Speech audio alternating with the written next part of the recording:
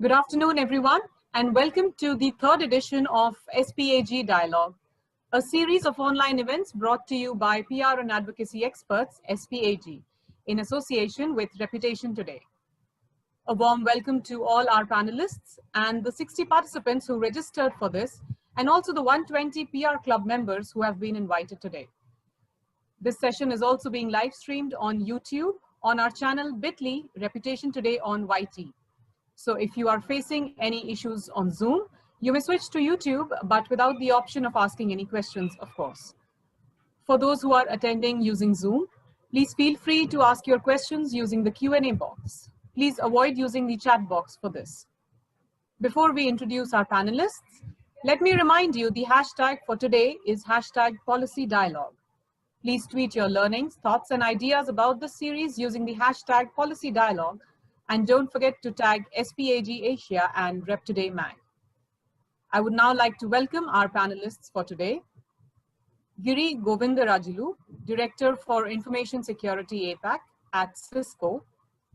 Jaspreet Bindra, author and founder of Digital Matters. Kuppulakshmi Krishnamoorthy, Product Evangelist at ZOHO Corporation. And Neelima Dwivedi, Group Head and Director for Government Affairs and Public Policy at Microsoft India. And moderating the panel discussion today is Aman Gupta, co-founder and managing partner, SPAG. Before I hand over the mic to Aman to steer this conversation ahead, I would like to make a special mention. All co-panelists in the discussion today will be sent a copy of Jaspreet Bindra's latest book, The Tech Whisperer, on digital transformation and technologies that enable it. Without any further ado, over to you, Aman. Thank you, Anubhuti, and I welcome all my fellow panelists and all the attendees who have joined us. The topic today, I think, is something which almost each of us could very much relate to. It's such a relevant topic in today's world. I think about 6 to 7 months back, nobody would have imagined, if we would have been thinking of doing a panel like this, we would have been looking at where we will host it. Whether we can get the people from different parts of the city's world to come together on a single place. We'll be looking at how many attendees can we fit in a particular room. All of that changed in the later part of the year. Where we stand today, I think all of us, the life which we live, the way we work, the way we learn, the way we engage, everything has changed. And one of the key elements which has played a very, very critical role in making it still possible has been technology. I think the technology has ensured that we are able to enable our life in the manner which is pretty much okay with the kind of changes which it has brought in. I think what we are trying to therefore achieve today with our panel of experts is to really understand what does the future hold for us. What does the technology would enable for from work from home, from any other aspect of our life? And if that's what the future holds, what's the kind of concerns may exist? And how do we ensure that there is a balance between using technology for its best, as well as ensuring that the certain concerns which may exist? And do we have the right policy ecosystem? Or do we need to work towards a policy ecosystem which will be able to make it happen?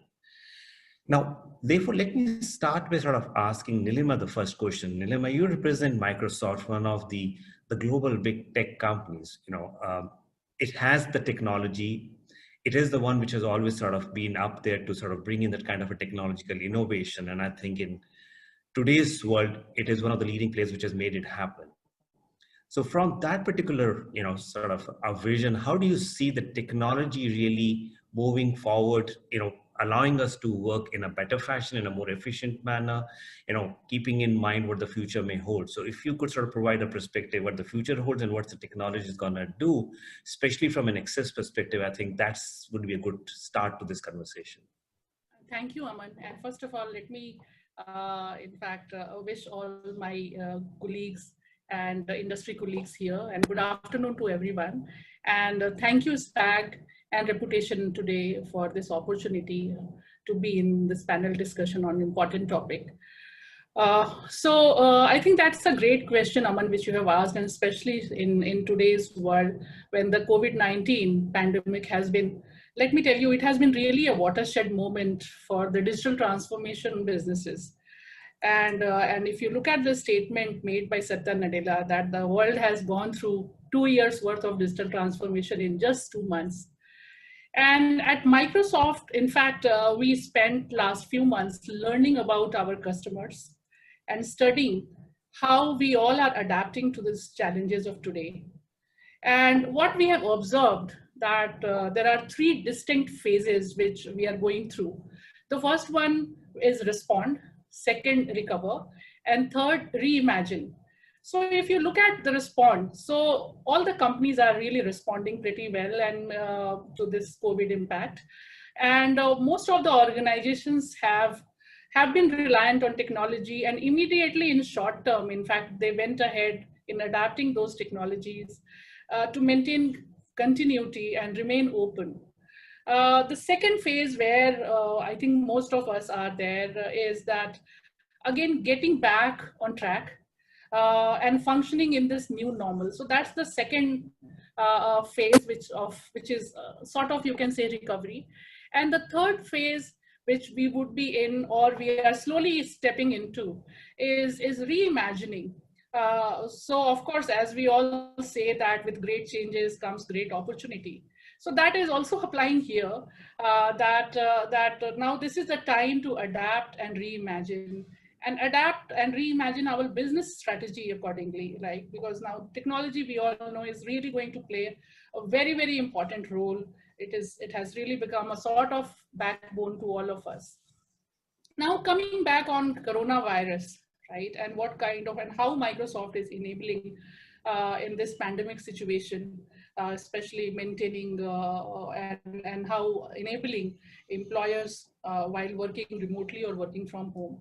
So again, we all know that coronavirus pandemic is in the full swing, and we are not seeing, like, no, it's showing any sign of slowing down.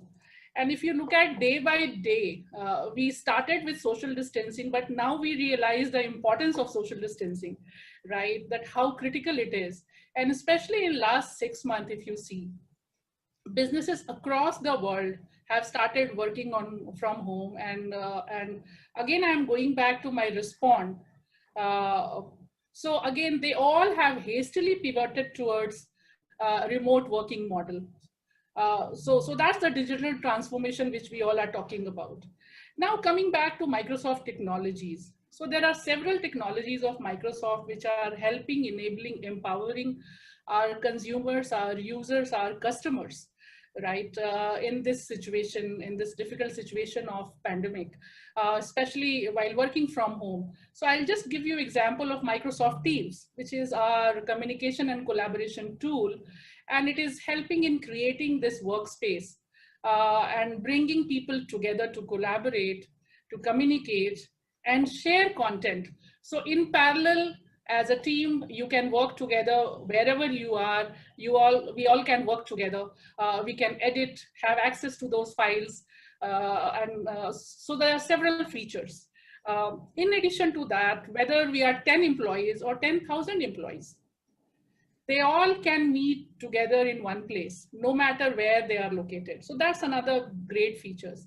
And third, you talked about security.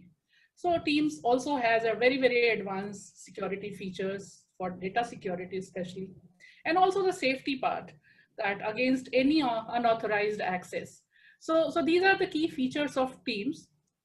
We talked about that working from home. It's not only for the businesses. If you look at also the school and colleges, universities across the country, they all have embraced Microsoft Teams to ensure that teachers and students stay connected and there is no disruption in studies. And it is such a fulfilling experience to see when we interact with our consumers, users, schools. I think then we understand the power of technology. But with all these things, Skype is another example.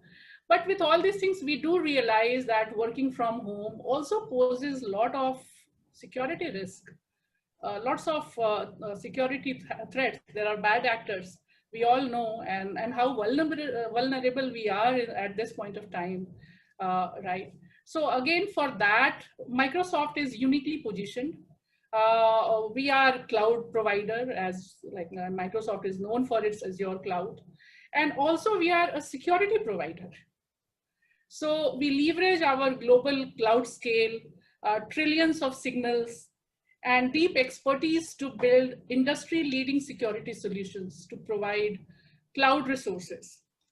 Microsoft has its cloud security solutions, which provide comprehensive cross cloud protection. So you are in any public cloud, if you have those security solutions, it can be taken care of.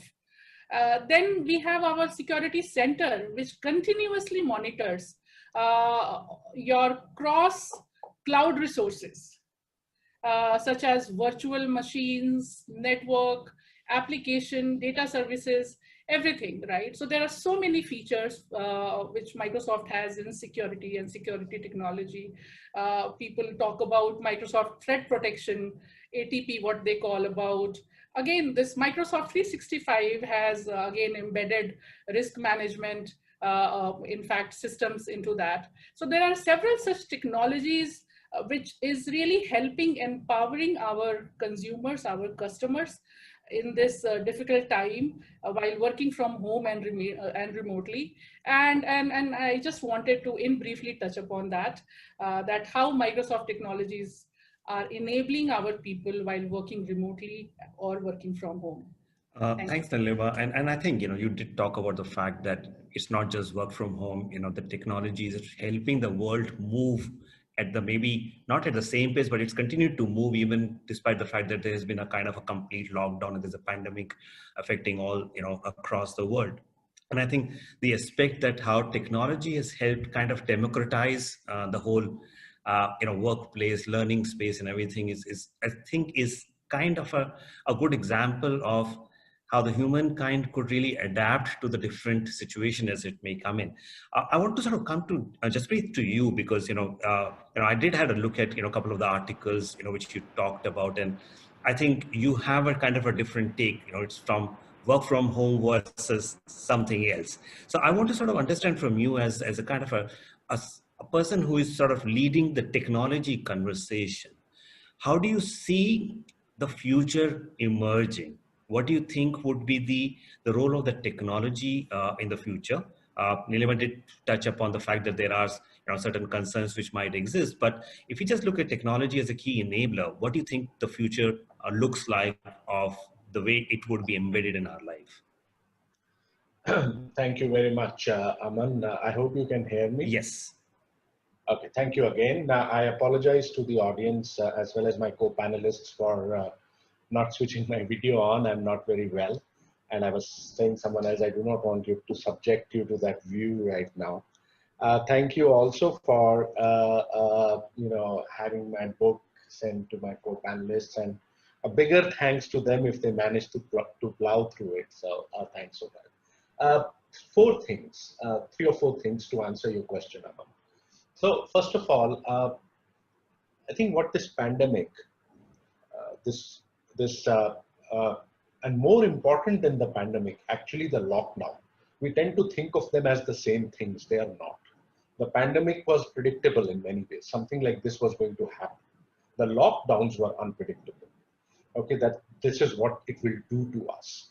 And so what it has done is what I sometimes call the COVID paradox, in a sense, that it has slowed down the world, but it has greatly accelerated change at the same time. So it's a bit paradoxical. And the second thing, therefore, the biggest change or the most visible change that it has accelerated is what we are seeing and calling as work from home. Because all of us are in the middle of it. People like us are in the middle of it, and we kind of see that as the biggest change out there. To me, however, this is a manifestation or an example of a much bigger trend, which had actually been happening even before the pandemic came. And as I said, the pandemic has just accelerated it. And the bigger trend in many ways across different industries, across sectors, was this whole trend of decentralization. The world had become very centralized, whether in institutions or money or even work for that matter. And now suddenly you kind of see this decentralization, and actually work from home is is decentralized work. I also do not believe that it's really work from home. As we go forward, I think this will carry on as we all predict, even after the lockdowns are over, etc. But actually, it's not as much work from home as it is work from anywhere, or WFA, where WFH, WFO, which is office, or work from mall, or work from coffee shop, will all be a subset of work from anywhere. And I think that work from anywhere had frankly been happening, if you think about it, much slower. And it was kind of a 15-year, 20-year journey towards a true work from anywhere, except that this lockdown, not as much the pandemic, but the lockdown, has actually accelerated it to make it happen in days, literally, rather than years. And this decentralization, by the way, is not only in work. Work is the most visible manifestation. Decentralization has happened in education, as we have seen, okay, or is happening. Healthcare, even in fact retail, even in fact eating out or restaurants, it's kind of getting through deliveries, getting decentralized. And so I think there's this whole massive, the great decentralization in a sense, which has been accelerated by COVID. Number three, therefore, is that because of this huge sudden decentralization, very frankly, human behavior, sometimes technologies, and even our laid down norms and policies obviously haven't caught up. And so what has happened is that very quickly, the fastest of the block to kind of bridge this gap or to kind of enable this decentralization to happen has been technology. And all the good stuff that Neelima spoke about, or what CISCO has been working on, or ZOHO has been working on, or Zoom, or everything else, has kind of just stepped into a role which it wasn't supposed to do this fast at this scale, okay, and kind of bridged it. But I believe that this is just a bridge. Actually, I think this work from home or anywhere or decentralized work is actually a huge opportunity, and there's going to be an almost Cambrian explosion of innovation in this, and how to make technology bridge this divide of not only just staring at each other's screen, but also, how does it enable collaboration? How does it enable the physical chemistry, which, these platforms yet cannot enable? And obviously, the whole security issues, the privacy issues, which Neelima also touched upon. So while this is greatly exciting, the final point, Aman, is that there's also this massive other side which where we sit do not see.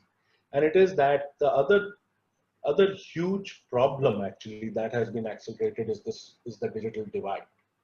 And the digital divide between people who have access to people who do not have access is now almost existential. If you do not have access, your children are not going to get educated.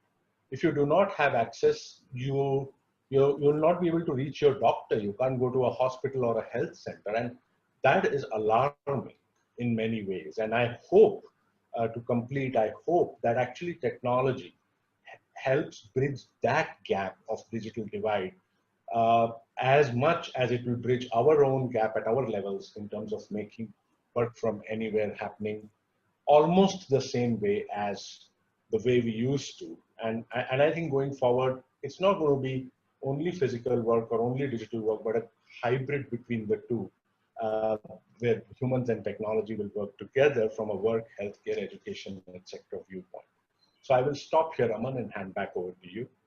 Thanks, Jaspreet. And I think I personally do agree that work from anywhere or technology kind of encompassing around us. It's something which will be there for each and every aspect, and the aspect which you discussed about the technological divide from people who have an access to versus not have, and that journey to happen, that to happen, I think is where it will be. And also I think it will be up to all of us to see within our lifetime that how this explosion in the technology innovation will help us, reach something which I think could be sometimes just a part of a science fiction movies or books which we may have read.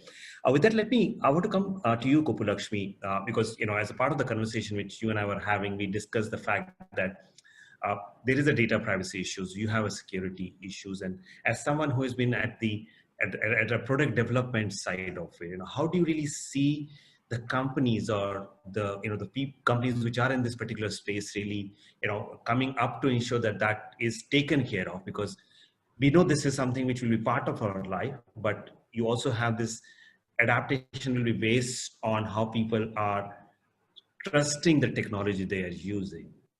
So what's the kind of thing which is happening, and how the companies are basically looking into this whole data privacy and the technology and the security part of it?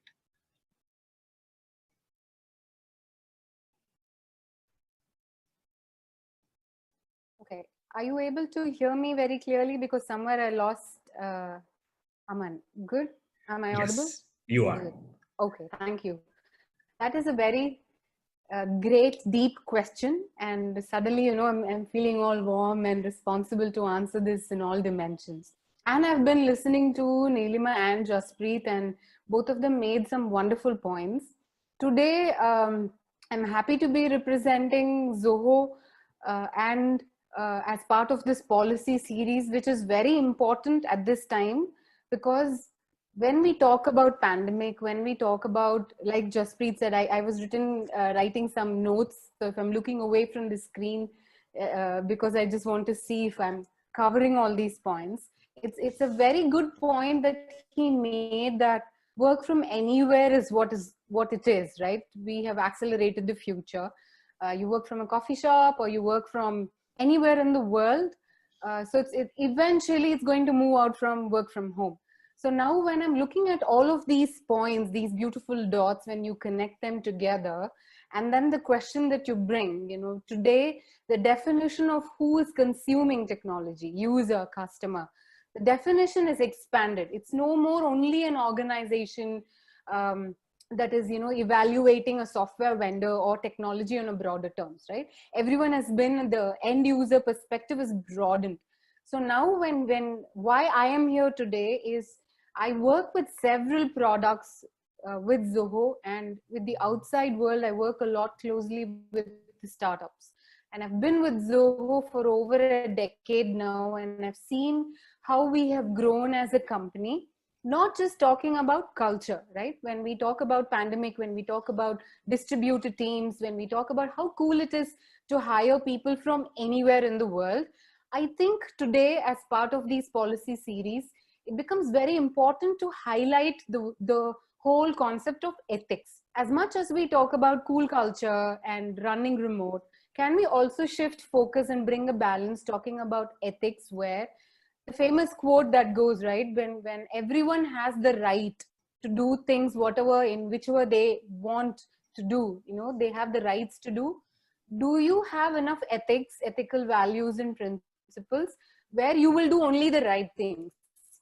This is very, very important to talk about, knowing the difference between what you have the right to do and what is the right thing to do when it comes to data privacy and security. So in that way, I'm very happy to represent ZOHO, because long before it became either politically correct, or it's in the PR, in the news, or even it was fashionable, we began doing the right things in order to be worthy of an organization that is providing software end-to-end for anybody who's running any kind of business.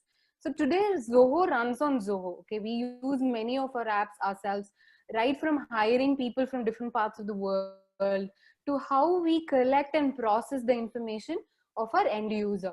So when this pandemic knocked at our doors, 8,000 of us employees sitting across different parts of the world, we went remote over 3 days of time. We put in business continuity practices in place.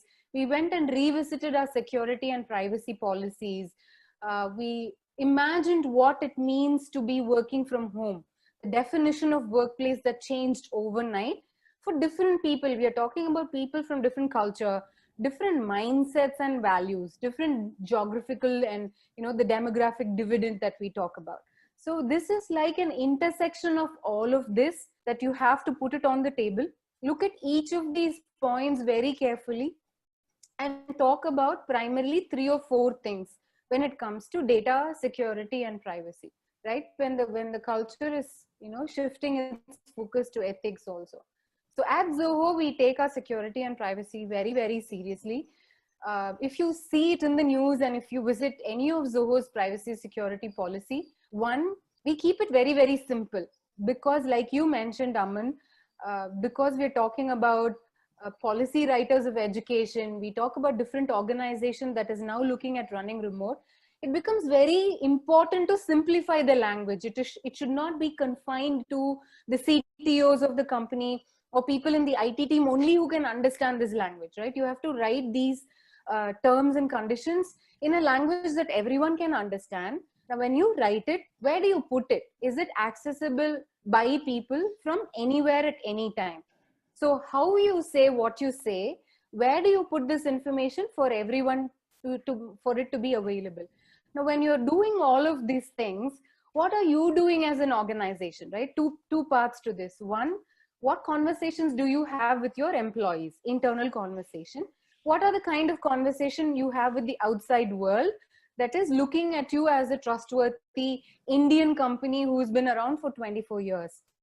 Now, ZOHO's policy is we never sell information to anyone, to any of the user information that we are collecting for ads purposes or to make money on the side by showing somebody else's ads to you. We run an ad-free policy and we don't make money out of our users' information. Now, with this as a primary foundation or a platform, it becomes very easy for us, instead of standing on the rooftop and shouting and not following some of these principles and guidelines ourselves. So we've made it very transparent. We've made it very simple. Now, to address your question and some of the points Jaspreet also made, we have to make software very affordable so that everybody in the world can use it, especially when it comes to education. So along with security and privacy, we have run several programs in this time that pandemic has hit us, equalizing all of us at the same time, throwing us, questioning our own humanity, especially when you're running a business, right? You have to make ROI at the end of the day. So ZOHO has come up with several nice schemes where we can work with government schools. We can work with tier 2, tier 3 cities, schools or, educational platforms where we have made some of our apps being available for free. We do training for free where ZOHO classes, ZOHO meetings, some of our apps that have been in use by us is made available by these schools and organizations, NGOs and non-profit people to use it for free, and we've simplified it to a level where adoption happens very seriously. So by putting your anti-spam policy, security and privacy policy visible, the mindset of us, Indians even now, unfortunately speaking, where we are very quick to go and say, I agree, and then you install a software. So when you do that, it is very important to go tell people, there is no hurry, take your time, there is a trial period. Go evaluate, come back and ask questions. Meanwhile, we also train our employees because for my team, for example, we deal with a lot of data. So when we are using VPN and we are accessing data from our own data centers, it is important to hire the right people, right? Now, sitting it remotely, how do you understand the mindset? How do you understand if they understand ZOHO's legacy in all these 24 years? How do you establish trust and hire the right kind of people when you're dealing with sensitive data?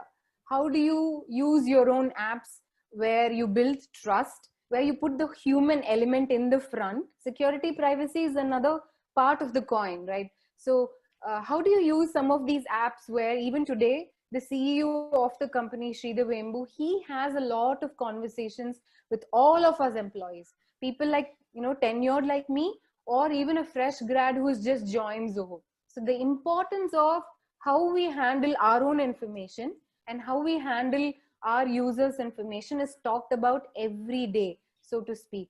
So we have dedicated security and privacy teams. We have internal audit and compliance. We have ongoing trainings that are happening even now, so that all of it is in place and it is tuned to the side effects of the pandemic also. So I hope I've answered your question. Yes, you have, Kuppulakshmi. And I think it's an interesting question, which I want to come to Giri. So for people who are in the technical side of it, they may understand. But as you rightly said, most of the people will look at and, just click the button, I agree, and move forward. And also, I think, Giri and I was having chat yesterday, and we said, like, companies also are at a different stage of evolution. There will be ones which are like large, big ones who understand technology. They will have the relevant skill sets in the system to say, okay, I know which technology should I adapt. Do I have the right data security? Some may not be having that kind of a thing. So there is even a kind of a divide within the actual corporate sector per se. So I think with keeping that in mind, how does the acceleration in the system happens like that? How can the sector per se empowers the decision makers or educate and sensitize them, and how work with them? Because this is a subject which is relevant, and it will only become more relevant in the coming times, because if something goes wrong, it's not going to be an organization which is a supplier. It will be the sector per se which might bear the brunt saying something went wrong, right? So Giri, do you want to sort of, as somebody who's been at the core of this whole thought process, provide a perspective? How does this whole thing happen? Now, how does your team and you guys sort of really look at this particular space? Sure. Thanks a lot, Aman, and good afternoon, everyone. So I do agree with a lot of things that my co-panelists shared, and the reality is, COVID has been like a flood, right? It has just come and hit us hard, and as the response from folks, right? If you take from different sectors, the folks are at different levels. If I have to give an analogy of the flood and the swimmers and swimming kind of a thing, there were some folks who knew, or they were trained in swimming, they know what it takes to swim and stuff like that so that they can get to the right place. A lot of enterprises are in that space where they have taken the digitization journey before. So they know what it takes for them to work from home. They, in fact, I would even extend what Jaspreet said, it's not only just work from anywhere, it is from any time and any device as well, right? Because the line is thinning between what I use at home or for personal reasons versus what I'm using for work, right? The same phone is used by the kid to attend a class or to play a game. So there's a lot of challenges going on in that space, right? So the challenges for the advanced folks are different, right? Their bigger problem is they had a business continuity plan which says, hey, if something were to go wrong in my office, what do I do, right? I have a, alternate mechanism to do it. But with this COVID coming and hitting us, we actually have to make this business continuity plan a complete plan, right? Basically, instead of having 10 people work from remote, now you have the entire company working remote, right? So there were scalability issues that the companies have to deal with. They had the basic infrastructure in place, so things were reasonably okay. But there are other challenges that are coming up from the customer angle too, right? If you take from a customer, the contracts that they have signed up with the customers in terms of what they can do and what they cannot do cannot be necessarily followed, right? There's one thing that you want to do for 10 days versus one thing that you wanted to do forever, right? There are a lot of challenges in that space. Then you get the second class of folks where I would call it as an intermediate swimmer, where they probably know something, they know the techniques of it, but they never swam. They were actually pushed into the water. And a lot of sectors are like this, take healthcare. They probably have some systems to run the hospitals and stuff like that. When this happened, many dispensaries, clinics, and hospitals started providing video consulting. And to me, that's like a flotation device, right? They got something from somewhere and they said, okay, let me make my doctors available remotely so that they can actually do something. And in a normal world, the digital health, e-health was happening, but not at the pace. And this made the whole mindset change, right? As a patient, I would love to do a video consulting now compared to going and seeing a doctor. And that was not the case before. And if you take the third segment, where I would even call them as a novice swimmer, where they are probably heard about digitization, they think they need to do something, but the problem is they don't know what to do. And the example I would say is, there was a retail, I think clothes store in Chennai, where they actually told their customers, hey, no one is coming here, so you can call us video in a WhatsApp video, and we will take you around, and you choose the sari, and then we send it to your house. So people are coming up with innovative ways to sort of get into this digital world. So there is a digital divide in terms of how people are prepared for it, but the reality is, this is not the end. This is the beginning of many things to happen. And one of the things I would certainly look at, and I think I will point to what Jaspreet and Kuppulakshmi mentioned about how things are changing. And one big thing that is happening that we are noticing from a CISCO, and as you know, CISCO has been a leader in switching, routing, and security, and also the collaboration products. So what we are seeing is decentralization of network, right? Previously, most of the traffic used to come to the data centers, and then from there it goes to some cloud here and there. So there is a significant evolution going on in the cloud and network space. So three things if I have to highlight. One, the decentralization of networks, which means I do not need to connect to the VPN cluster or to a data center for me to access things, because most of the companies are using cloud solutions. They do not need to come to the data center and then do a single threading of the traffic. So how do we make sure that we are able to provide this in a much simpler and easier manner? And then the second thing is the applications and data that are available, most of them are going to cloud. And you know, it's a no-brainer. I think 93% of the people who went to cloud said, you know, it is effective, it is working for them, and this is a faster way to get things done. So no one is looking at building their own stuff. Think of the analogy, right? If I don't know swimming, I'm not going to wait for building my own floater. I'm just going to buy something there and move on, right? So the reality is people are moving more aggressively towards cloud, and it has proven. And I think, you know, the best use of things happen when, you know, these kind of calamities work, right? So we are seeing a significant value add that is coming out from the cloud.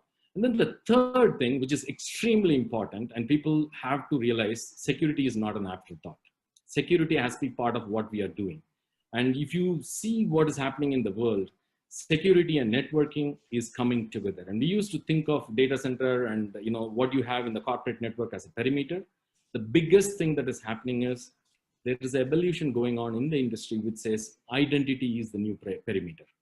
We really don't know where you are coming from, how you are coming from, but we know who you are and what you are authorized to do, right? And there are policies which have to evolve, because sometimes policies are not the first one to come forward, right? The technology evolution, the policies are sometimes, you know, coming behind. And a lot of times, you know, the challenge that we have, and I think Kuppulakshmi was alluding to the fact that doing the right thing.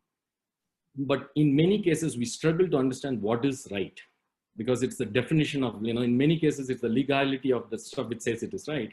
But in reality, there is a very thin line. You know, if I use it for my analysis versus someone sees that, you know, how does it differ, right? If I use it for, you know, certain purpose and then it somehow gets leveraged, like I think the whole challenge is going on with the social media, right? It's good to know what people are thinking, but if I'm able to make people think differently because of how I influence them, that's a completely different ballgame. And that's where a lot of regulators are struggling, not only to find out what is the right rule, right policy and regulation to put, but to even see how to even measure this, right? When you talk about a patent, it's extremely clear how to measure it. How do you know you have misused the patent?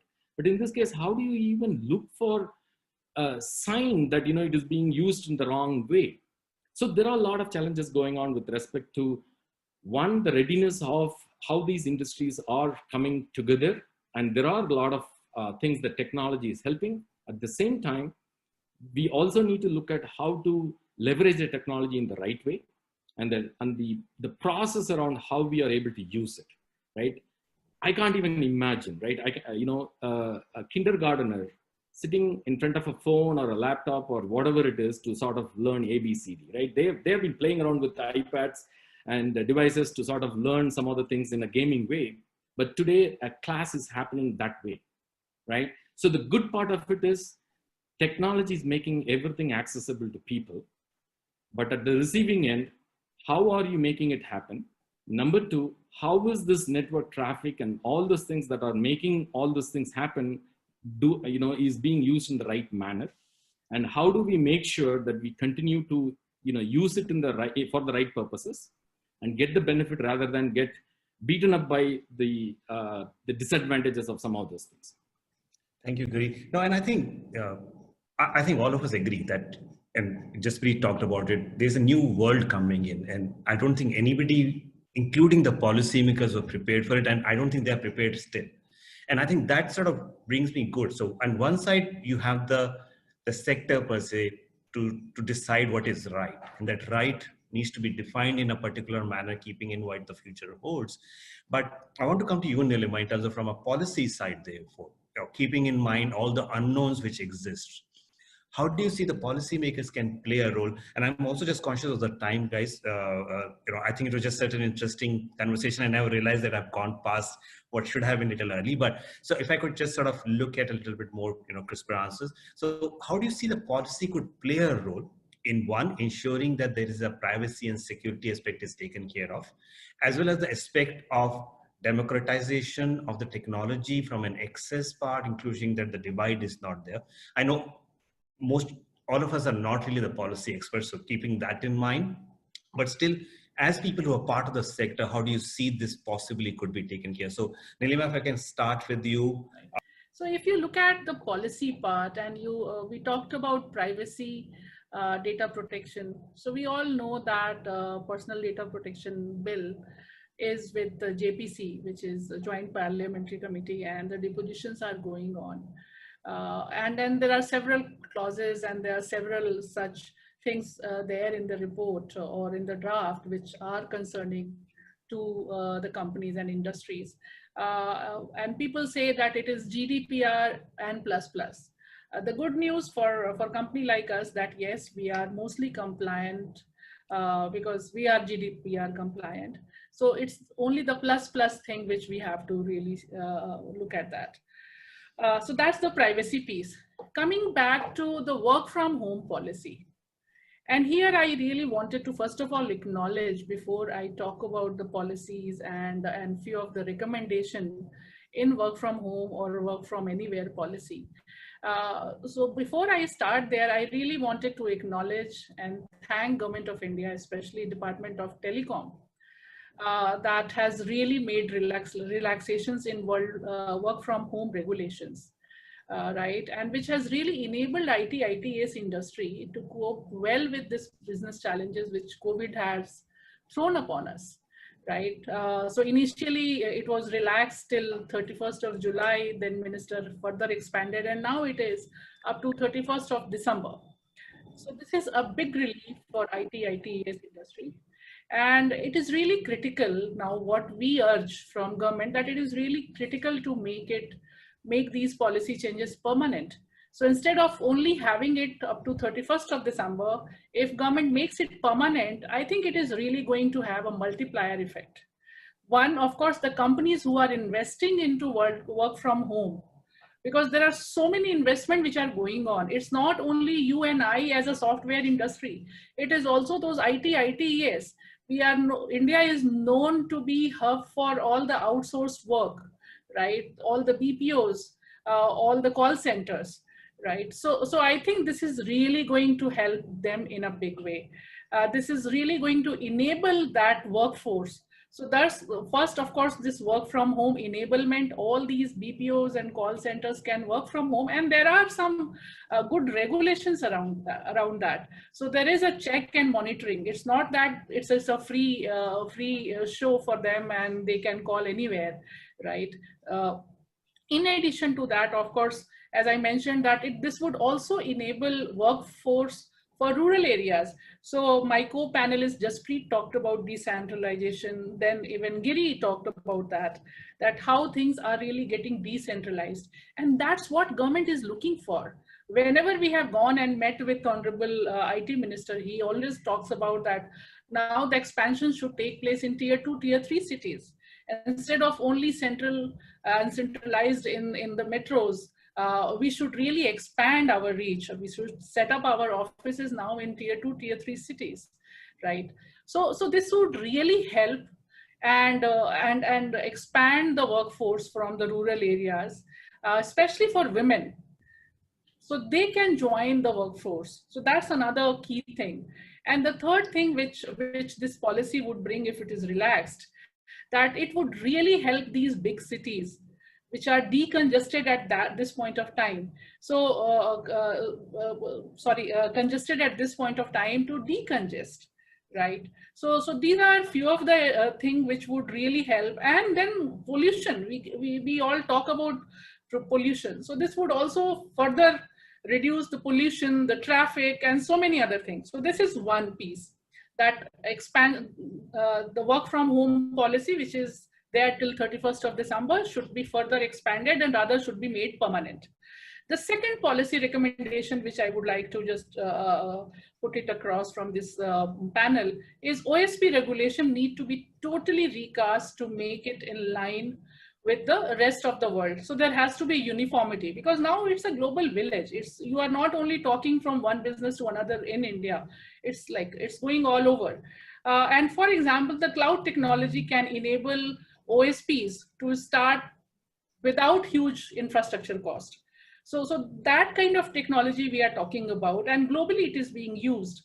And this will also give flexibility in operations. So there is very little infrastructure cost, and then huge flexibility. And in fact, panelists talked about that cloud. Now you can work from anywhere and you don't have to create your own infrastructure. So exactly to that point. And this will also, in fact, in a big way, our BPO, Indian BPOs would become hugely competitive. So this was my second point. My third point was that we need to really promote this data center industry and create cloud economic zone for securing data, as well as improving trust and security. We have been talking about how to build trust and security. These are the two so critical areas, right?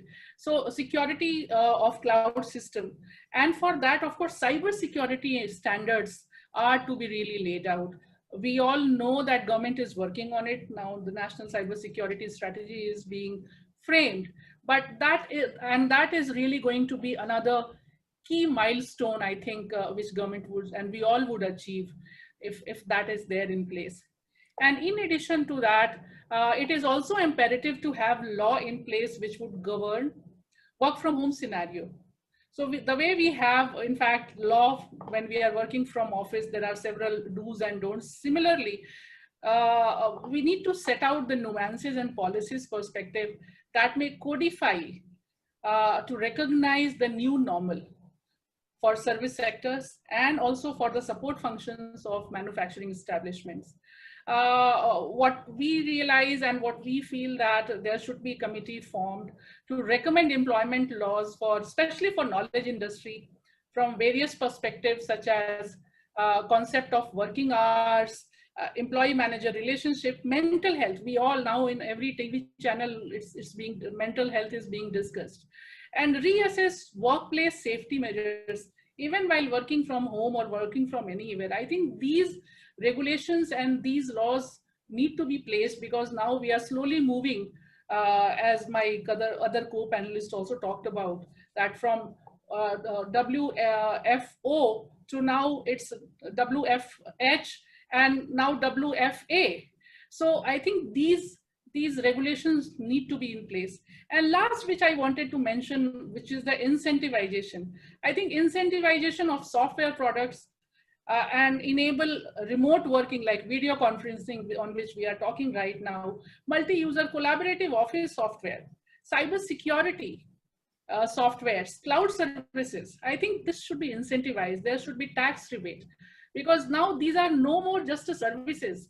These are now the critical infrastructure. The entire country is running on it, and we all are speaking virtually, working virtually. Everything has gone virtual.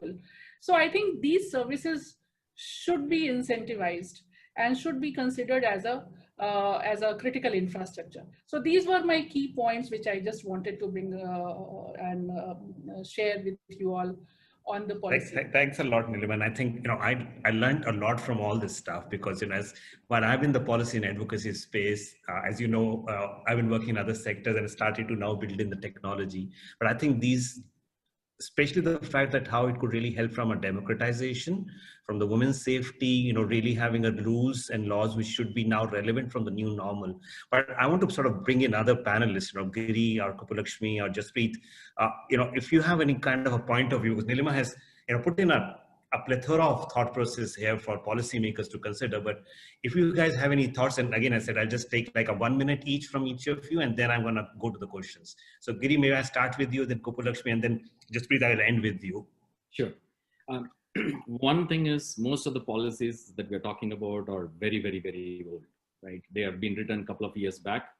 So number one, there are going to be changes that are going to come in, and it is not going to stop there. There are going to be more and more changes that are coming from a regulation perspective. Number two, I think the reality of the situation here is companies like us, of course, we all want to be 100% adherent to all these policies. But I think most of the cases, in fact, I really would echo the point that Neelima mentioned. I think when when COVID hit, the government of India actually worked with all the technology leaders to sort of figure out what is the right thing to do. And they came up with a workaround, whether you have a static IP or whatever it is. I think they were able to listen to the industry and take the feedback and make the corrective stuff, even if it is a temporary at this point. And they are working towards what would be the stack, what would be the architecture that we should recommend to the entire industry, right? I think that is something that is extremely important. Working on a public-private partnership and ensuring that the leaders are providing the input so that we don't come up with a law which is not realistic or which will potentially pull us back. I think that is the second point, which I think will have a huge impact as we start taking the leadership and making things work for all of us. Thank you, Giri. Kuppulakshmi, any thoughts from your side? I do not want to repeat anything. I think we've covered almost everything. I particularly liked Giri's point on how for the last time we spoke about data. How do you know what is the right or the ethical thing to do? So I'm already going into thinking about that, where the future looks like one side you have people for the first time entering into technology space and from consuming it. The other side you have the millennials who are already outwitting us on how they look at information and how they process everything. Everyone needs customization and personalization of stuff. When you should not be looking at the pattern in which they're consuming tech, or you should not be looking at any data.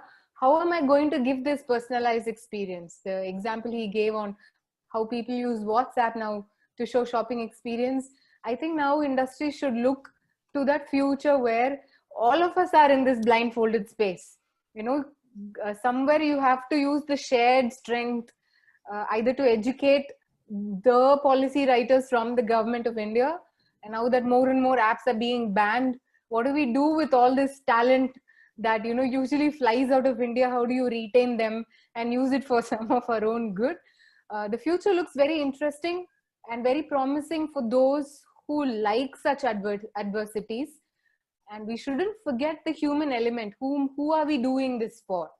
And how India is a diverse space with different mindset and culture and background. I think we have to have more and more people leaders in the front leading this new policies that should be rewritten. That would not be the same, for everyone. It's not one blanket for everyone. From blue collar to white collar to different kinds of people, how do you take it forward and educate them? So a lot is going to depend upon how we do not want to accelerate and find ourselves alone in this winning space, but then at least now to really slow down and steady up and come together wherever we can work together if that's possible. It's a combination of so many things. I'm going back with a lot of notes to think about. Thanks a lot, Kuppulakshmi. So Jaspreet, with you, we'll end, and then I'm going to come back with a couple of questions which has come our way, and then I'm going to put that to the panel. Thanks, Aman. So let me stir the pot a little bit, knowing that I am not affiliated with any large company or entity today, though I did spend many years with one of the companies represented on the panel. Look, let us not forget that the tech industry in India became what it became because the government did not interfere. Okay, for many reasons, and there are times that happened because they could not understand what we were all doing. It was very new, right? I think, therefore, if I may say so, there's a balance to be drawn here about what kind of places one goes to the government for policies and where one does not and manages and innovates on one's own. I think in very short, if I was to put it in one sentence, in matters of security and privacy, let us go work with the government and and some level of digital divide access. Okay, let us make stuff happen. Use government powers. Discuss and rethink policy with them, etc. On the other hand, let us leave innovation alone, because many times then these kind of go into the areas of innovation, the whole blockchain, Bitcoin part, for example. Okay, and then we kind of cry and say that, look, there's too much policy and too much interference. And so it's a double-edged sword, and let innovation be handled by the industry. Only specific areas of privacy, security, and universal access, in my view, is where we should be working on policy. So that's my little contrarian view here. But with that, I'll hand it back to you. Thank you, Jaspreet. And I do agree with you that the government needs to be just kind of a facilitator where they need to be. They are not required everywhere, and especially in the sectors like technology, which I don't think they understand very well. So there will be there has to be a very different way, and it has to be more collaborative approach between industry, which brings in maybe a subject matter expertise, and the government, which needs to just look into the the interest of certain set of publics to ensure that things are more cohesive and together.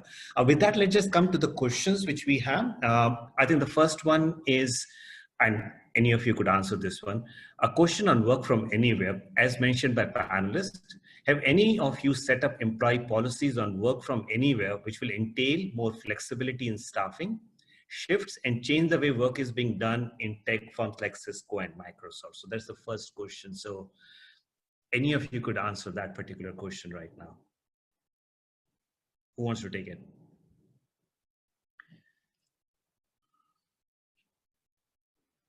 So, so let me share my comments, right? I think from a Cisco's perspective, we have been doing work from home for a long time, being a network company.